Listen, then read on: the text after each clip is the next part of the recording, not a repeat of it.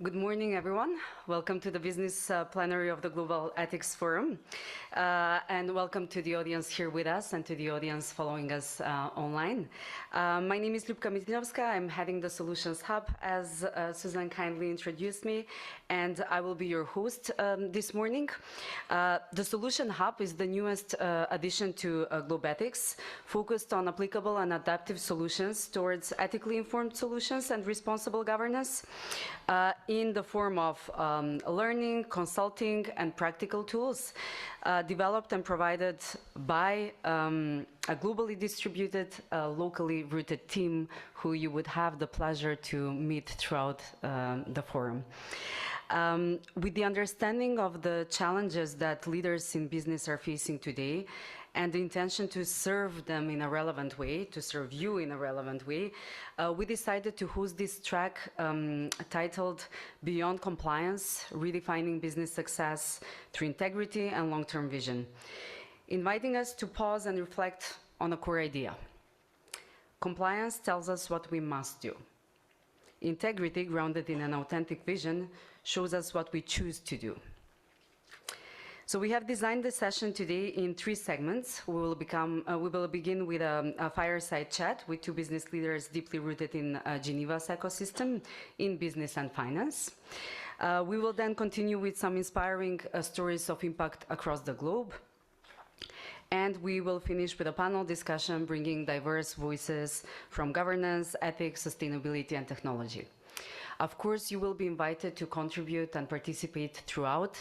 Again, if you feel so, please join us more to the front, more to the center, so we can have more intimate conversations as a group. And before we jump into this very exciting agenda and very inspiring speakers, I'd like to make the connection between our discussions yesterday, which were very thought-provoking, and ground us in the big picture of what we're talking about when we're inviting this topic for reflection. And I would like to ground us in in the really big picture. And I haven't found a better picture that captures this than the donut economics visual. How many of you are aware of the donut economics work? Okay, that's a good number. So for those of you that might be seeing this for the first time, the donut of social and planetary boundaries is a conceptual framework developed by British economist Kate Raworth in 2011 that proposes a goal for thriving in the 21st century.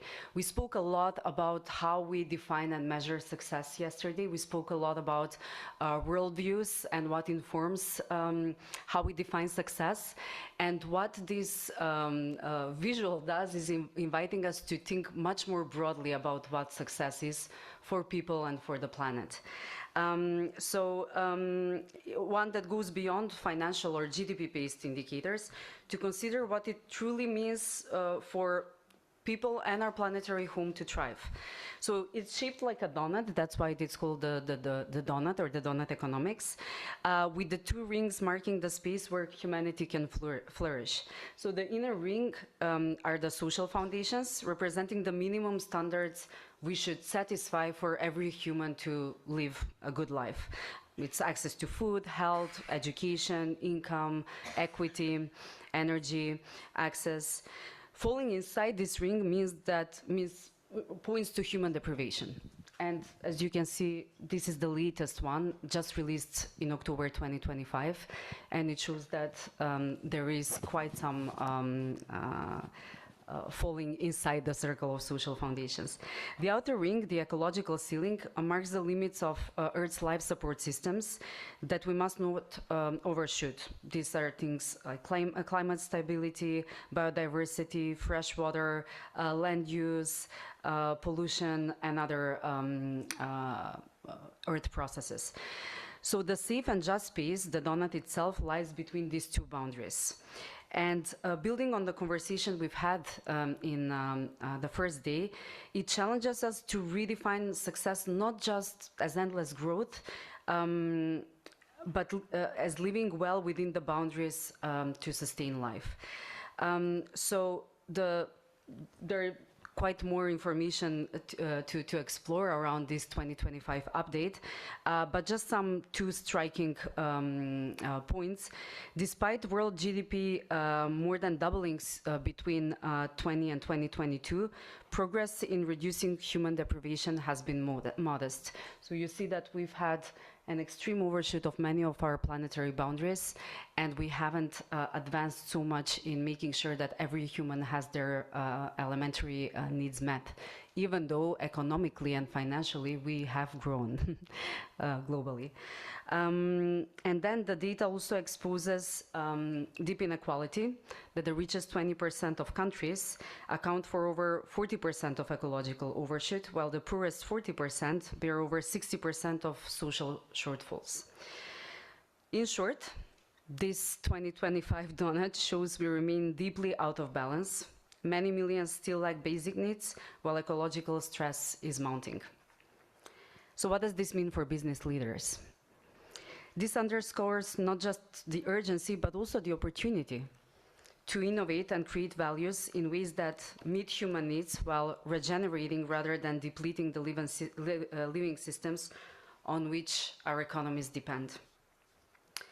And this invites now the conversation we're having today and the reflection we're having today more than ever.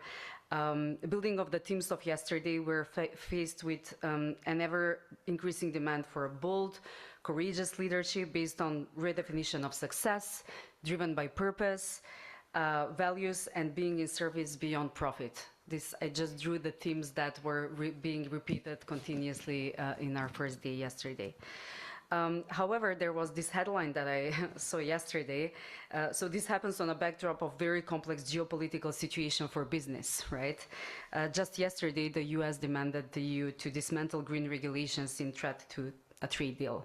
So where does this place business leaders in a very uncomfortable situation with plethora of ethical dilemmas to address? And where the qualities that I just listed become even more important.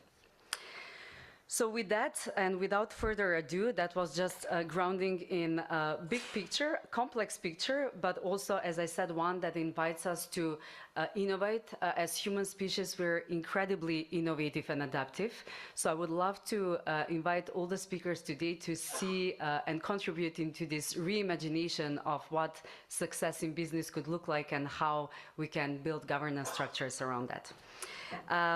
So we will go now into the fireside chat, and I would like to invite our first speakers, Vincent Subilia, Director General of the Geneva Chamber of Commerce and President of the Swiss Chamber of Commerce and Industry. Let's invite him with a round of applause.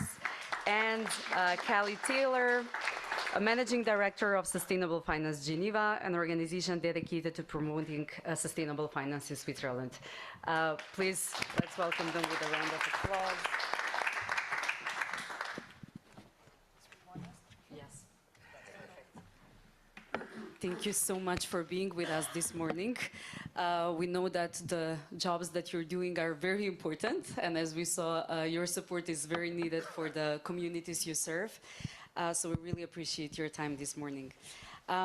Let's open with the first question to Vincent.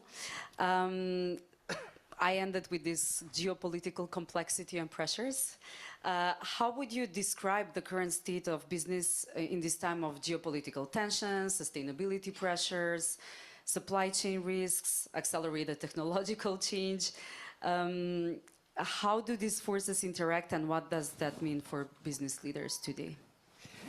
Well, if I may, for and foremost, I'd like to express my gratitude to Globethics for having us on stage today, and kudos on the hard work which you're conducting in these highly challenging, to say the least, times. And I think this very conference is absolutely critical. Not only is there momentum, so it's timely that we address these issues of ethics broadly, but it's very appropriate in light of what's sadly unfolding on the world stage. So to answer your question, I don't have the magic stick or the crystal ball. But my views from a Geneva and, if I may, Swiss perspective, and again, I'm opening here an open door, as we say in French, but is that the only certainty that we have today is that there is no certainty. We live, and I think we all experience this in unprecedented times. Interesting, some would claim, with a British understatement, that really force the business community to prove even more agile and resilient than they've ever been. Looking at it from a Swiss perspective, and being here in Geneva, the smallest of the large cities, a cradle and stronghold of multilateralism, which is at risk nowadays as we all measure it, we are being doubly hit. Switzerland is an export-oriented country whose prosperity for a landlocked alpine nation is based on its openness to the world, and where you're facing lunatic, to call it frankly, decisions by the White House that truly affect the day-to-day living of those that are exporting the Swiss made as a token of reliability, and this is what we miss nowadays. It makes your life much harder, even though you want to diversify your gross leverages in other jurisdictions. And if you add to this the tsunami that we're witnessing towards the values that are enshrined in international Geneva, the very DNA of what that global village has to offer to the world, then you have a bit of a perfect storm. But again, I'm only recalling here something that I believe all of us within the audience are well aware of. Now, based on this, how do we move forward? And I'd like to see the glass half full, although it's yet empty, and I think I need some more coffees because it had been a short night. But we need to remain fairly optimistic and remember that the etymology of the word crisis precisely reflects an opportunity. And therefore, there is a momentum not only for that conversation to take place here, but there is a momentum to reflect ourselves and position Geneva and Switzerland really boldly as a beacon of trust, because I believe this is what we're discussing today, and I think this is humbly what we can offer to a world where we see, unfortunately, that again values that we all share are being bitterly assaulted. So again, let's look at the glimpse of light in these bleak days, but yes, as I put it mildly, challenging times, I'm afraid. Thank you, Vincent. I was going to park a question on the role of Geneva later in the discussion, but now that you raised it, and maybe, Kelly, this is very much related to your work. So Geneva has long been a hub for international cooperation, but at the moment it is a bit also in its own crisis. How does this position the city and its institutions to really contribute to rebuilding trust, rebuilding collaboration in this moment of uncertainty and multilateralism, going through the phase that it's going, and we being here in the region seeing how it plays out? Absolutely, and thank you, Ljupka, for the invitation. It's always nice to be on stage with you and with Vincent. In terms of Geneva's role, so with every crisis also comes opportunity, and certainly we know that there is a need to transform a lot of the systems that are not working. I mean, I think you showed the donut. We just heard that we overshot the 7th planetary boundary, as you showed that there's a lot of social shortfalls as well. And this means our current system is not working. What we know for sure, as Vincent said, is that Switzerland has a huge role in being a place of trust and also to a degree neutrality. And what I see is that we also have this massive multilateral hub and an outsized financial center which so much of what we need to do to achieve a sustainable future is mobilize capital in the direction of sustainability. And specifically, I always say, you know, where money moves, things happen. And so I think that when we're thinking about the evolution or the transformation that needs to happen in Geneva and Switzerland and globally, it's about how we align capital to the needs of sustainable development. I'm sure there's other things. Of course, I come from a sustainable finance perspective, so that's what I see.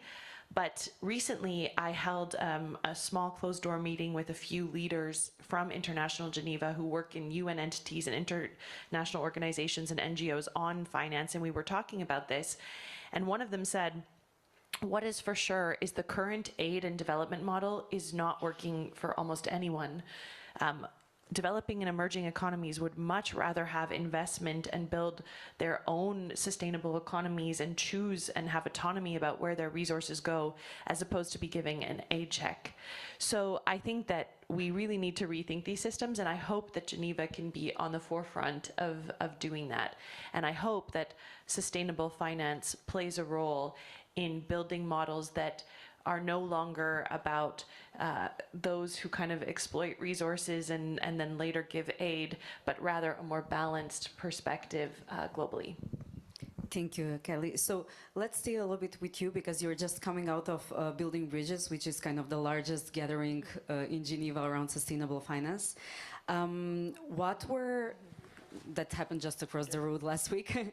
What were some of the key takeouts from this gathering? And you mentioned about the transition. How could that, yes, what role do you see finance playing more concretely in this transition to a well-being economy? And what other actors need to collaborate on that? Sure, thanks. So I was saying to Vincent before, our last edition of Building Bridges was in December 2024. It was a little bit later in the year. And that was between when Trump got elected and when he actually came in as president. So there was a lot of uncertainty, and it was kind of a muted feeling. And I was very worried that this edition would be worse. It would be a bit depressing. But that wasn't what we saw at all. What I actually saw was a very, fighting spirit, a fortified resilience that the community felt, and everyone was saying, we need to get down to business and keep pushing to make these things happen. A few big things that I saw is a very perceptive narrative shift. Before, when sustainability was kind of the hot thing and everyone was trying to make all their products green or ESG, there was a lot of noise, and there were a lot of things that aren't actually true sustainability that were being billed that way. And now that noise is gone, which I actually think is a good thing. And the narrative shift that we're seeing is a back to the business case, because the reality is that sustainability makes sense from both a risk management perspective. If we're not considering long-term risks like climate physical risks or inequality or conflict that can disrupt supply chains, that can completely change the way that our markets work, we're not being pragmatic with finance. So really getting back to that business case is fundamentally important. The other thing that I have never seen, I've been working, I started my career more on the UN NGO side, and I've been working with the finance industry since 2018. I have begged speakers to talk about emerging and developing economies on stage and how important it is, and I never could get them to. This year, the first time I saw it, and I suspect the reason for that is that the markets now see that they are highly overexposed to the US. And when the US is a nice player, that's all great, but now that's a huge, huge risk. And so what we're seeing is that whilst the sustainability transition in the US is stalled and in fact backtracking, in many other parts of the world it is full steam ahead and the train has left the station. So if you look at China, for example, they are investing massively, and so there are opportunities across the world. So that business case is fundamentally important. The other thing I would say is, as much as sustainable finance is about managing risks, it's also about leveraging new opportunities. The sustainability transition also enables enables a lot of technology, renewable energy, regenerative agriculture, the bioeconomy, and these are huge new market opportunities. In terms of the role of finance, and then I'll stop talking, I think it's so important to remember that finance is a means to an end, not an end in itself. Finance enables businesses to grow, to serve customers, to provide things that we need. It is not the end goal. It is strictly a facilitator. Policy is an enabler. We need strong policy and enabling conditions if we want things to move. The reality in markets is if you're subsidizing fossil fuels, if you're not giving incentives for new technologies, the markets will continue to move that way. So the policy component is very important. So policymakers and governments play a key role as well. And then the economy is the driver, and I'm sure Vincent can speak to that as someone who represents business. Investors invest in businesses, but businesses are the ones who implement on the ground. They're the ones who need to decarbonize. They're the ones who need to create social inclusion and pay fair wages and these sorts of things. Again, helped by the policy enabling environment and their customers and others. But this is really important that we remember that there's a real economy perspective here and that finance is simply a facilitator of making that happen. Thank you so much for this very important reflections, Kelly. Maybe a follow-up, Vincent, on some of the points that Kelly brought, which are the business case for sustainability. Do you see it? Do companies recognize it? Is that an opportunity that businesses see or not really? And thank you so much to both for this message of hope. Yesterday we had a masterclass in the morning on leading through uncertainty, and an antidote to fear and stress is hope. So it's great to hear these messages of hope and see how businesses are actually adapting to that. You mentioned other countries, you mentioned how China is maybe positioning itself in different ways. What are your reflections, Vincent? Last time we spoke, you were just back from a global meeting of chambers of commerce. What do you see that these developments are producing for business as opportunities or risks? And again, the business case for sustainability, do you see that businesses recognize that? Well, again, thank you very much indeed for your question. I was back at the time we prepared that from down under, so Australia, so apologies for my carbon footprint in that respect. But again, what we sense, and I was there with colleagues from across the globe, including the US, is that clearly, and I would echo what building bridges, which is not only the Swiss largest conference in that respect, but worldwide, and really puts Geneva definitely on the map as a hub for sustainable finance. What we witness is that there is clearly a business case, notwithstanding what Mr. Trump claims in terms of climate change being a hoax. So this is scientifically, of course, wrong, but on top of this, if you look at it even cynically from a return on investment perspective, and at the end of the day, this is what companies are looking at, because again, I do a bit of politics myself. I'm a liberal, but I'd consider me as a humanist liberal, if you liberal, if you wish, but. Companies still have an eye on their P&L, and that's for sure if they want to be sustainable literally and maintain the workforce and expand the talent pool. But what I witness is that in spite of these very strong headwinds, they maintain their view that sustainability is not only good for the people and the planet, but it's also, on top of that purpose, it's good for precisely their finances. And what we're observing today, as you said, is that some countries, including China, which is producing now more energy from sustainable resources, solar, hydro, and the like, than from coal, are taking the lead. So that's an example to a certain extent that should be inspiring for many others. But let me look at the Swiss example, whereby we're very dependent on the international economics, and hence when there's once we're faced with a very dire situation, we are forced by the very nature of our ecosystem to identify new growth leverages.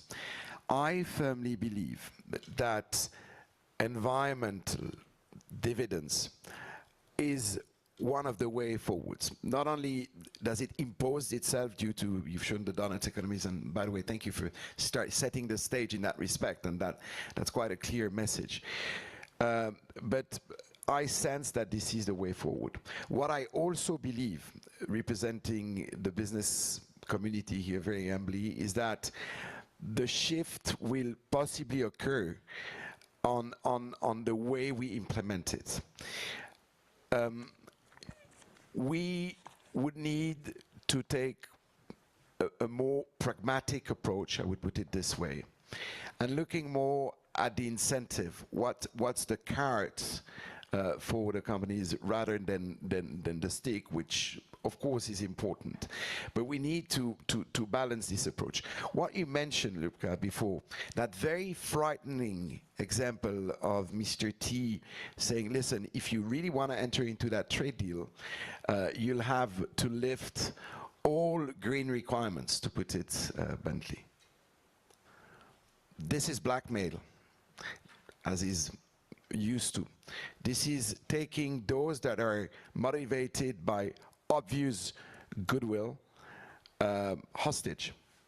So we need to be mindful of this. And I think the message we want to deliver here is we will resist.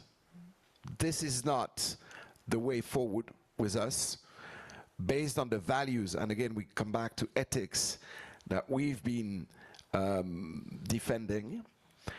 But we'll show you that in spite of your binary, erratic or lunatic views, we can do the math, and there are some strong economics rationale behind what we do, because our companies at the end of the day will prove more successful. We will generate more jobs, more tax dividends, if you wish, with a model that is sustainable. This should be our USP from not only European, and arguably, we have to do the homework. There are things we need to do better. We've possibly gone too far in certain extent. So let's have that introspective view, and it's in a way it's a wake-up call. So it forces us to take a clear view. But we should not give up on the values, because again the business case also is there on top of all what is our common DNA and the fact that we care as opposed to many. Can I build on that just for a second? Because I think that what Vincent said is 100% correct, and in particular this idea, it shows the danger of when ideology starts interacting in these systems and making things happen that are completely nonsensical. An example I want to give is that in the US, Trump has rolled back a lot of the IRA subsidies for renewable energy, etc., has done a double whammy with solar, where has put extra taxes on solar if it's sourced from China, which is where most solar panels are sourced from. And sure, okay, it's an ideology thing, but just I think yesterday it was announced that the big tech companies are going to be investing $1 trillion in data centers and energy for those data centers. So kneecapping yourself on renewable energy at a time when you need more energy to become a leader on a technology that is taking off is crazy. And so I think that these things show that the business case is there, that there's only so much energy that you can reasonably produce from these sources, or traditional sources, oil and gas sources. We have to be looking to new sources for the types of energy we need to enable technology, etc.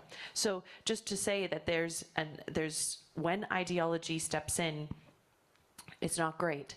And there's a difference between ideology and fair enabling conditions, and we have to be really careful about that. Thank you so much. These are all super powerful reflections, and I'm really inspired to see the fighting energy and the values conversation, and that this is kind of the USP. I would like to open now the discussion to the rest of you. I for sure have many follow-up questions to ask, but let's take 2 questions from the audience at once. You respond, and then we close this segment. So use your opportunity wisely.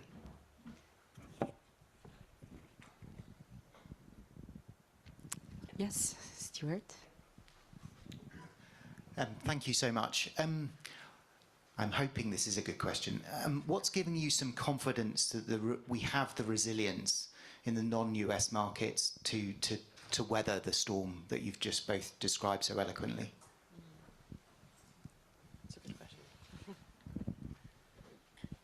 If I may briefly, and this is an excellent question, thank you very much indeed.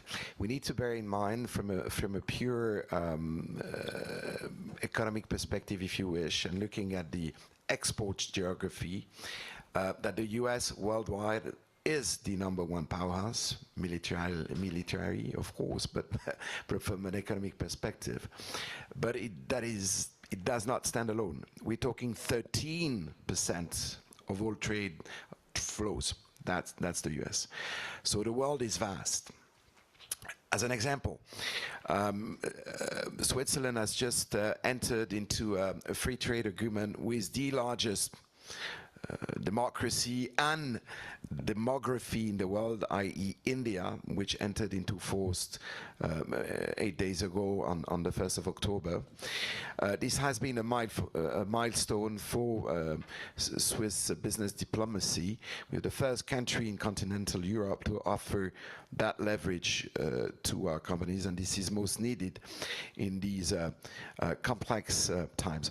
Of course, India and its 1.4 billion consumer, if you want to put it this way,